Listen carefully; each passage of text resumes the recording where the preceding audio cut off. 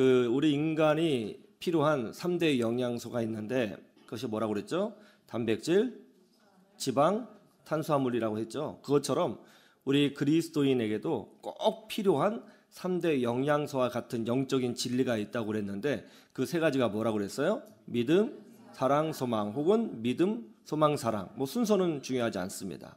믿음, 소망, 사랑, 이 내용이 고린도전서에만 나와 있는 말씀은 아니라고 했어요. 성경 곳곳에 중요한 신앙의 진리를 가르쳐 줄 때 항상 믿음, 소망, 사랑을 말씀한다고 제가 말씀을 드렸습니다. 자, 지난 시간은 그래서 우리가 믿음, 그리고 믿음의 능력이 무엇인지, 하나님은 믿음을 통해서 일하신다고 제가 말씀을 드렸죠. 그리고 이 믿음의 역사가 크다고 말씀을 드렸습니다. 오늘은 사랑의 수고에 대해서 말씀을 나누고자 합니다. 사랑의 수고. 30대 청년이 제게 이런 고백을 했어요. 목사님, 솔직히 말하면요, 교회가 세상보다 사랑이 더 없는 것 같아요. 여러분 어떻게 생각하세요? 사실 많은 분들이 이 청년의 고백에 공감하는 것 같습니다. 어떨 때는 교회가 세상보다 사랑이 더 없는 것 같이 느껴질 때가 있어요. 교회 그러면 사랑이 많은 곳이겠지라고 생각을 해서 들어오면 뜻밖에도 오히려 상처를 경험하고 메마름을 경험하고 수군거리고 비판하고 질투하고 미워하는 것을 경험할 때가 있다는 거예요. 왜 교회에 사랑이 없을까요? 왜 믿음의 사람들이 사랑을 실천하지 못할까요? 그 이유가 뭐라고 생각하십니까? 그 이유는 사랑이라는 것이 정말 힘들고 어려운 일이기 때문에 그런 거예요. 굉장히 어려운 겁니다. 아니, 내 속으로 낳은 자식을 사랑하는 것도 힘든 일이에요. 그래 안 그래요? 정말 내 속으로 낳았으니까 있냐고 키우는 거지. 내 속으로 낳은 자식을 사랑하는 것도 굉장히 힘들어요. 그런데 타인을 사랑한다? 이게 쉬운 일이겠어요? 절대로 쉬운 일이 아닙니다. 오늘 본문이 그것을 증명하고 있어요. 오늘 본문에 보니까 이렇게 되어 있어요. 다시 한번 볼까요? 데살로니가 교회 성도들이 가지고 있었던 사랑이 뭐였냐면 사랑의 수고라는 거예요. 사랑의 수고가 뭘까요? 킹 제임스 버전 영어 성경에 보니까 이렇게 되어 있어요. Labor of love. 무슨 뜻이에요? 사랑의 노동이라고 되어 있어요. 사랑이 노동이라는 거예요.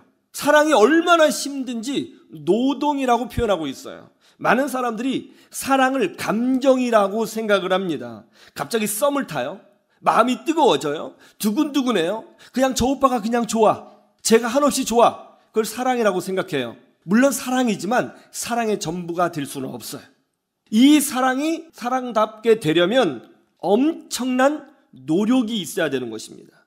여러분, 우리가 잘 아는 사랑장이라고 하는 성경의 말씀이 있죠. 그 어디죠? 고린도전서 몇 장이에요? 13장이죠. 13장에 보면 사랑에 대해서 뭐라고 설명하고 있을 것 같아요?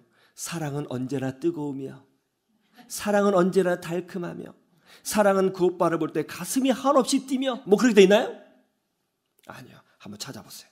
고린도전서 13장 4절을 보세요. 사랑은 뜨거운 감정이 아니라 오래 참는 거라고 설명하고 있어요. 여러분, 오래 참는 것처럼 힘든 일이 또 있어요?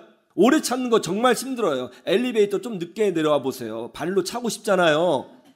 오래 참는 거 정말 힘들어요. 이거 인내심이 있어야 되는 거 정말 큰일이거든요. 사랑은 인내심이 있어야 된다.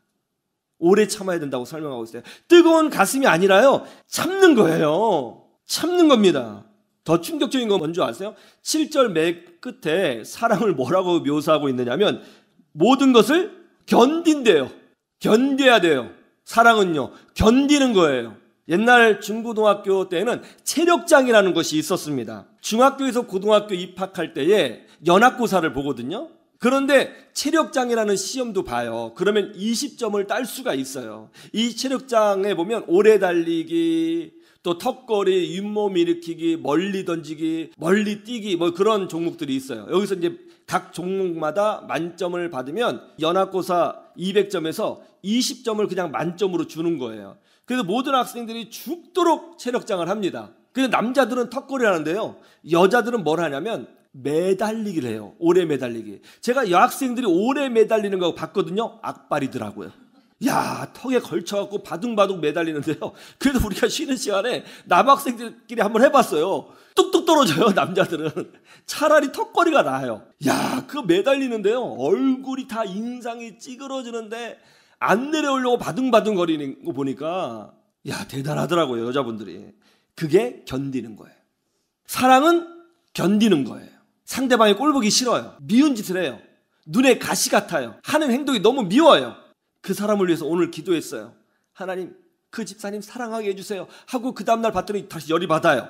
그래도 견디는 거라는 거예요.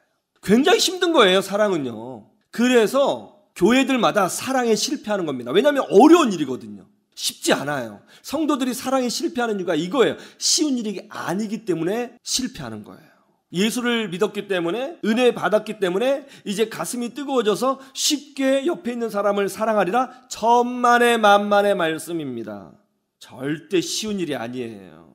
오늘 보니까 노동 같다는 거예요, 사랑이. 노동 같다는 거예요. 정말 어려운 일이에요. 그럼에도 하나님은 우리에게 뭐라고 말씀하셨어요? 서로 사랑하라고 명령하셨습니다. 새 계명을 너희에게 주노니 너희가 서로 사랑하라. 너희가 서로 사랑하면 이로써 세상 사람들이 너희가 나의 제자인 줄을 알리라. 서로 사랑하라고 명령하셨어요. 새 계명이라고 명령하셨어요. 새 계명이다? 이거는 지켜도 되고 안 지켜도 되는 옵션이 아니에요. 반드시 지켜야 되는 사명이에요.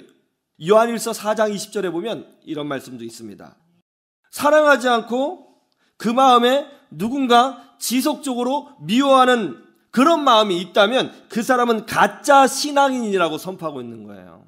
충격적이지 않아요? 아니, 눈에 보이는 하나님의 사람을 사랑하지 못하면서 어떻게 눈에 안 보이는 하나님을 사랑할 수 있느냐? 그건 가짜다, 이렇게 설명하고 있는 거죠. 사랑은 우리가 반드시 순종해야 할 계명인 거예요. 선택의 여지가 없습니다. 우리 편에서 어떤 정의와 어떤 선택의 여지가 없어요. 이건 반드시 해야 되는 거예요. 그래서 21절에 이렇게 말씀하고 있어요. 바로 이에요. 한번 볼까요? 시작. 우리가 이 계명을 주께 받았나니 하나님을 사랑하는 자는 또한 그 형제를 사랑할지니라. 보세요. 완벽한 명령이잖아요. 사랑은 뜨거운 감정이 아니에요. 고통입니다. 인내해야 되고요. 오래 기다려야 하고요. 참아야 하고요. 견디는 거예요. 억지로라도 해야 되는 것입니다. 상대방이 사랑받을 만해서 사랑하는 것이 아니라는 거예요. 상대방이 이쁜 짓만 해서 사랑하는 것이 아니라는 거죠. 상대방이 내 편이기 때문에 사랑하는 것이 아니라는 것이죠. 그냥 기다려주고 인내하고 참아주고 견디는 거라고 하나님은 오늘 우리에게 말씀하고 있습니다. 사랑, 정말 어려운 거예요. 그럼에도 불구하고 하나님께서 우리에게 사랑하라고 이렇게 지속적으로 명령하신 이유는 뭘까요? 그 이유는 이겁니다. 첫 번째로, 사랑할 때 진정한 믿음의 능력이 나타나기 때문에 그런 거예요. 사랑할 때 뭐가 나타난다고요? 능력이 나타난다는 거예요. 오늘 본문 데살로니가전서 1장 7절에서 9절에 그 내용이 나와 있어요. 그러므로 너희가 마게도냐와 아가야에 있는 모든 믿는 자의 뭐가 되었어요? 본이 되었어요.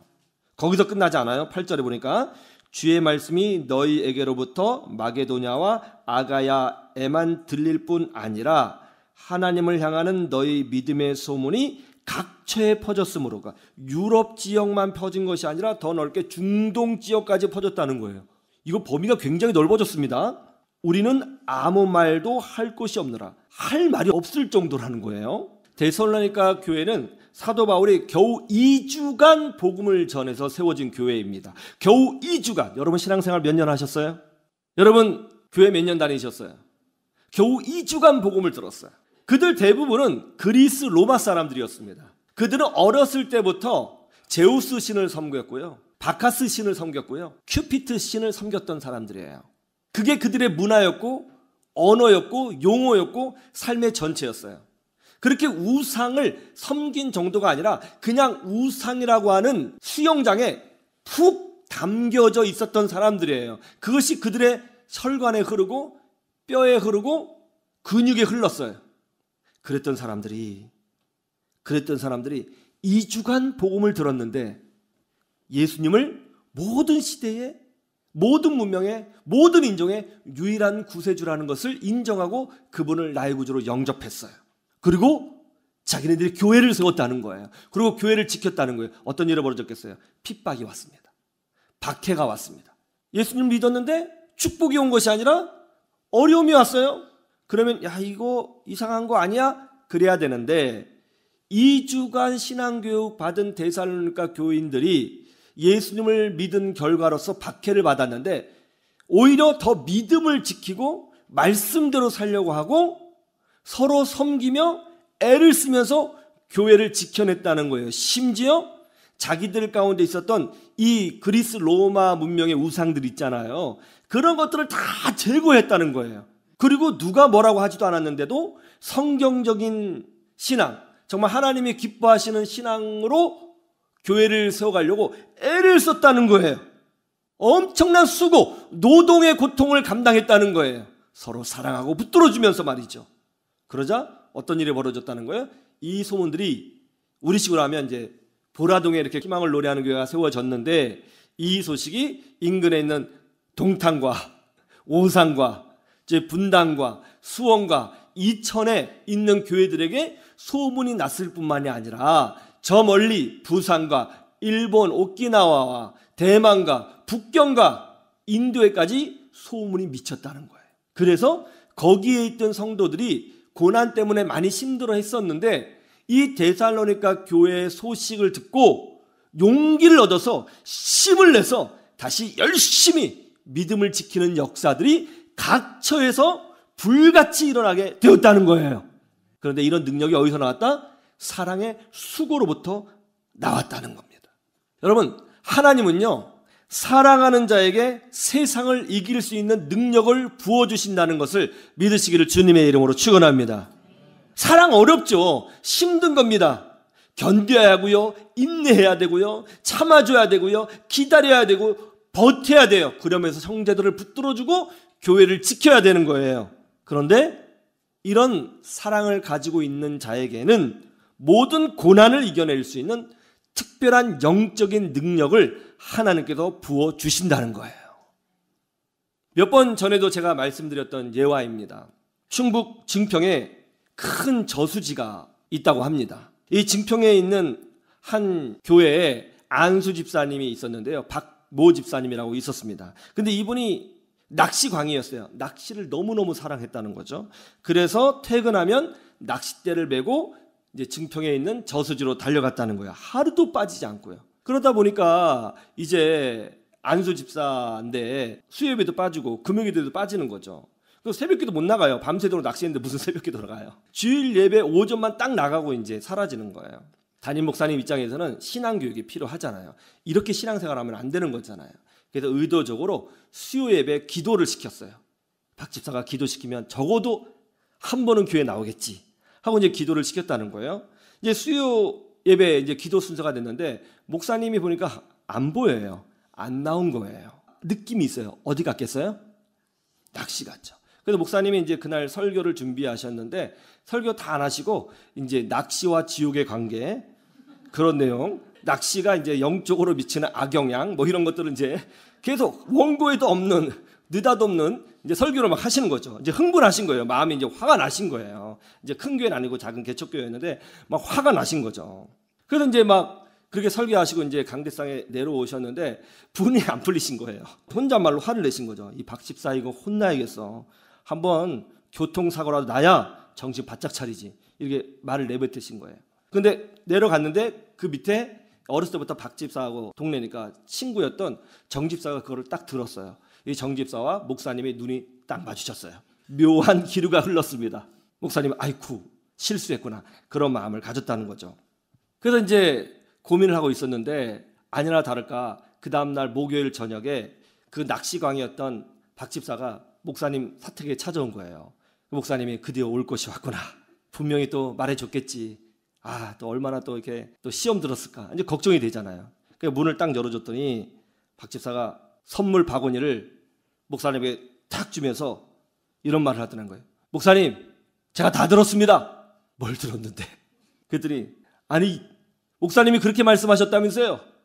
우리 박 집사가 직장 생활이 얼마나 힘든지 그래서 이 수요 예배 기도에도 못 나왔구나. 직장 생활이 많이 힘든가 보다. 퇴근이 어려운가 보다. 내가 더 많이 기도해야겠다. 그렇게 말씀해 주셨다면서요. 제가 정집사한테 다 들었어요. 저 사실 낚시 갔었습니다. 정말 죄송합니다. 제가 사실 낚시 가면서도 되게 마음이 찝찝했는데 근데 마음이 찝찝하니까 더 마음이 굳어지더라고요. 근데 정집사한테 목사님이 저를 이렇게 걱정해 주신다는 이야기를 듣고 제가 마음이 너무 찔리고 가슴이 아팠습니다. 목사님 정말 저 같은 사람을 위해서 기도해 주셔서 감사합니다 하면서 선물을 주면서 눈물을 글썽글썽 하더라는 것이죠. 그리고 결단했대요. 이제 수요 예배 안 빠지겠다고. 이게 바로 사랑의 수고거든요. 사랑의 수고거든요. 이럴 수 있잖아요. 요새 좀 목사님이 변했어. 집이도 느꼈어? 이렇게 이제 말을 만들 수 있는데, 그죠? 이 정집사란 분은 어떻게 했어요? 그 사랑의 수고로 그 사랑을 드러내는 거예요. 그러자 정말로요, 이 개척교회가 그때부터 부흥하기 시작했다는 것입니다. 그리고 성도들이 교회에 와서 예수님의 사랑의 십자가에 항복하고 회심하는 역사들이 일어나고요. 또 교회가 정말 행복한 어떤 은혜들이 흐르더니 교회가 굉장히 부흥해서 지금은 그 지역에서 제일 큰 영향력을 발휘하는 교회로 성장하게 되었다는 거예요. 여러분, 사랑에는 능력이 있다는 것을 믿으시기를 주님의 이름으로 축원합니다. 박성춘이라고 하는 백정이 있었습니다. 그가 병에 걸려 죽어가고 있었습니다. 이 박성춘의 아들이 이 사실을 교회 담임 목사님에게 말했어요. 그러자 담임 목사님이셨던 무호 선교사님이 고종 황제의 어이였던 에비슨 선교사님을 데리고 와서 질병에 걸린 백정인 박성춘을 치료하게 했습니다. 황제의 손을 만졌던 그 손으로 백정의 몸을 만지면서 치료해 준 거예요. 박성춘은 벌벌벌 떨면서 치료를 받았어요. 그 사랑의 감동을 받아서 박성춘도, 백정이었던 박성춘도 교회에 나오기 시작했습니다. 박성춘은 그 사랑에 감동하여 정말 충성을 다했습니다. 그는 그런 충성을 다했을 때에 심지어 양반들에게도 인정을 받아 곤당골 교회의 장로로 세워지게 되었습니다. 박성춘은 이후에도 무호 선교사님 밑에서, 목사님 밑에서 성경 공부를 하면서 아주 중요한 진리를 깨달았어요. 모든 인류는 평등하다라는 것을 깨달았습니다. 이후 1895년 4월에 박성춘은 조종에 상소문을 올립니다. 백정도 하나님이 창조하신 고귀한 인간이니 백정을 향한 차별을 금지해 주십시오. 이런 상소문을 조종에 올렸어요. 그의 탄원서가 얼마나 설득력이 있었는지 그 당시 조선 정부에서는 그의 요구를 기꺼이 받아들이게 됩니다. 그리고 그해 5월 13일 백정차별금지법이 선포가 됩니다. 그때부터 수백 년간 지속되어 온 백정차별이 없어지고 백정도 갓쓰고 도포를 입을 수 있게 되는 역사적인 시대가 열리게 된 거예요. 사랑은 기적을 만들어내요. 그리고 하나님은 백정의 아들인 박성춘의 아들을 축복하셔서 그 아들이 우리 나라 역사상 제1호 서양 의사가 됩니다. 연세대학교 세브란스에 가면 박성춘의 아들인 박서영의 아들이 사진이 있잖아요. 우리나라 1호 의사가 되죠. 여러분, 사랑하는 것은 참 어려워요. 어떻게 사랑합니까? 그럼에도 하나님은 진심으로 사랑하라고 말씀하세요. 왜냐하면 하나님은 그 사랑을 통해서 능력을 보여주시고 그 사랑을 통해서 축복을 부어주시기 때문입니다. 이것이 하나님이 일하시는 방식이에요.